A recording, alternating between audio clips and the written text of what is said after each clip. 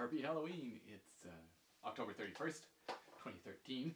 Of course, this isn't Tuesday, it's Thursday, it's Harp Halloween. I thought I'd do a short episode here to just talk about some scary sounds that you can get on the harp. Another name for that, of course, is extended techniques, where you're doing stuff not just the normal way of playing, it's doing some more unusual sound effects. So, yes, it's Halloween. Scary sounds. Of course, maybe not all of them are super scary, but certainly unusual. And of course, I did that two-part look at Salzato's Song in the Night, and that has a number of different things, all these different glisses, like with the fingernails, the whistling sounds, knocking on the soundboard, or, and of course, depending on where you are knocking, you can get some different sound effects. So all that stuff is good, and check out his modern study of the harp for an example of some various different sounds. But what I thought I would talk about today, I have a little checklist of looks like 6 different things to talk about, and let's start with a rather scary sound. That's actually, I think, when Salzato mentions it in his book, and that's just sort of a slap into the wire strings and creates this nice. It's kind of like, slamming down a bunch of keys in the piano, kind of a cluster effect, where it's not a particular tone that's coming through, it's just a bunch of tones. It's not so much harmonic as just some sound. So that, of course, can be a good scary thing to add to your music if you want. Then, something that's maybe not quite so scary, in fact it's kind of humorous, is taking, well, of course you can use a tuning key if you have a wooden tuning key. I have a rubber coated one, which is really nice, just in case it slips, right? It doesn't do as much damage. So I use what's this called? A drumstick. That's what it is. And you can insert the drumstick, push it against the string.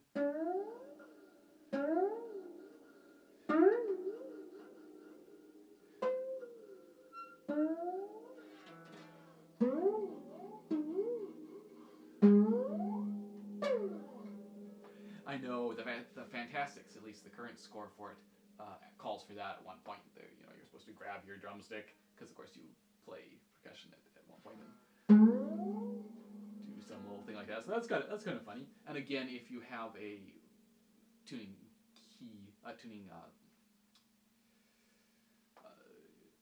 key that is wooden, then you don't even need that extra prop.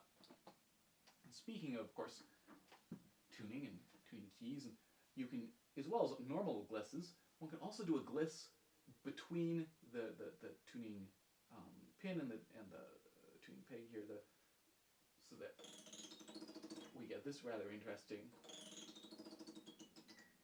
Not as much up here, maybe.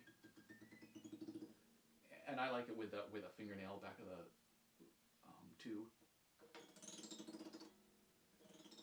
Of course, it can't really be tuned. That's the one gliss you get, but it's just a somewhat unusual and kind of neat little effect. What next? Well, then, of course, you can do things like threading stuff between the strings. So I've seen this done with tinfoil, I think, and you can experiment, but I'm just going to use some paper. So what I'm going to do is is that coming through? I think so. Is I'm threading it through, over and under and over and under through these strings. Obviously, you would probably have that prepared ahead of time in a piece, because it takes a little while to get it on. Ooh, that's definitely a scary sound.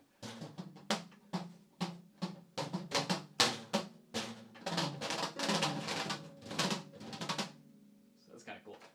It takes a while to set up, but then you can just bring it out, and you're ready to go. And And something similar to that is, I think what Salzedo calls xylophonic sounds, where you take the left hand and place it on the strings as close to the soundboard as you can, holding them, and then play.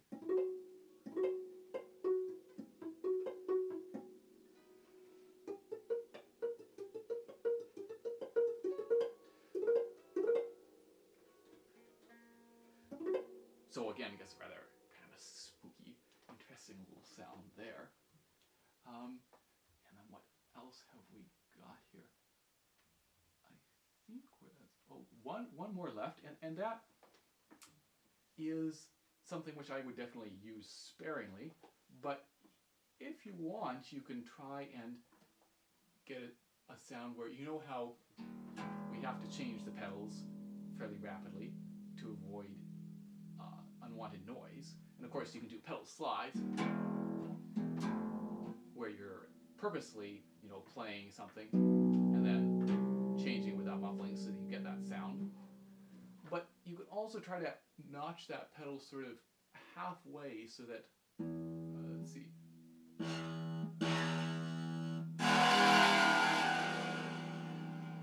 We get that somewhat awful sounding sound where it's rattling against the pins and creating a very scary sound. As I say, I would definitely use that sparingly. It's also something that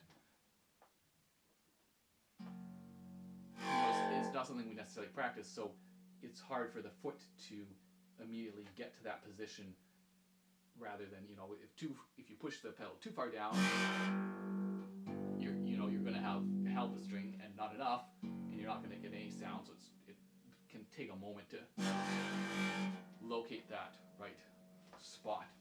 So anyway, just some ideas to sort of add a little bit of scariness to any music that you happen to be writing right at the moment. And of course, as I say, all sorts of, knocking on the soundboards, glisses and stuff like that.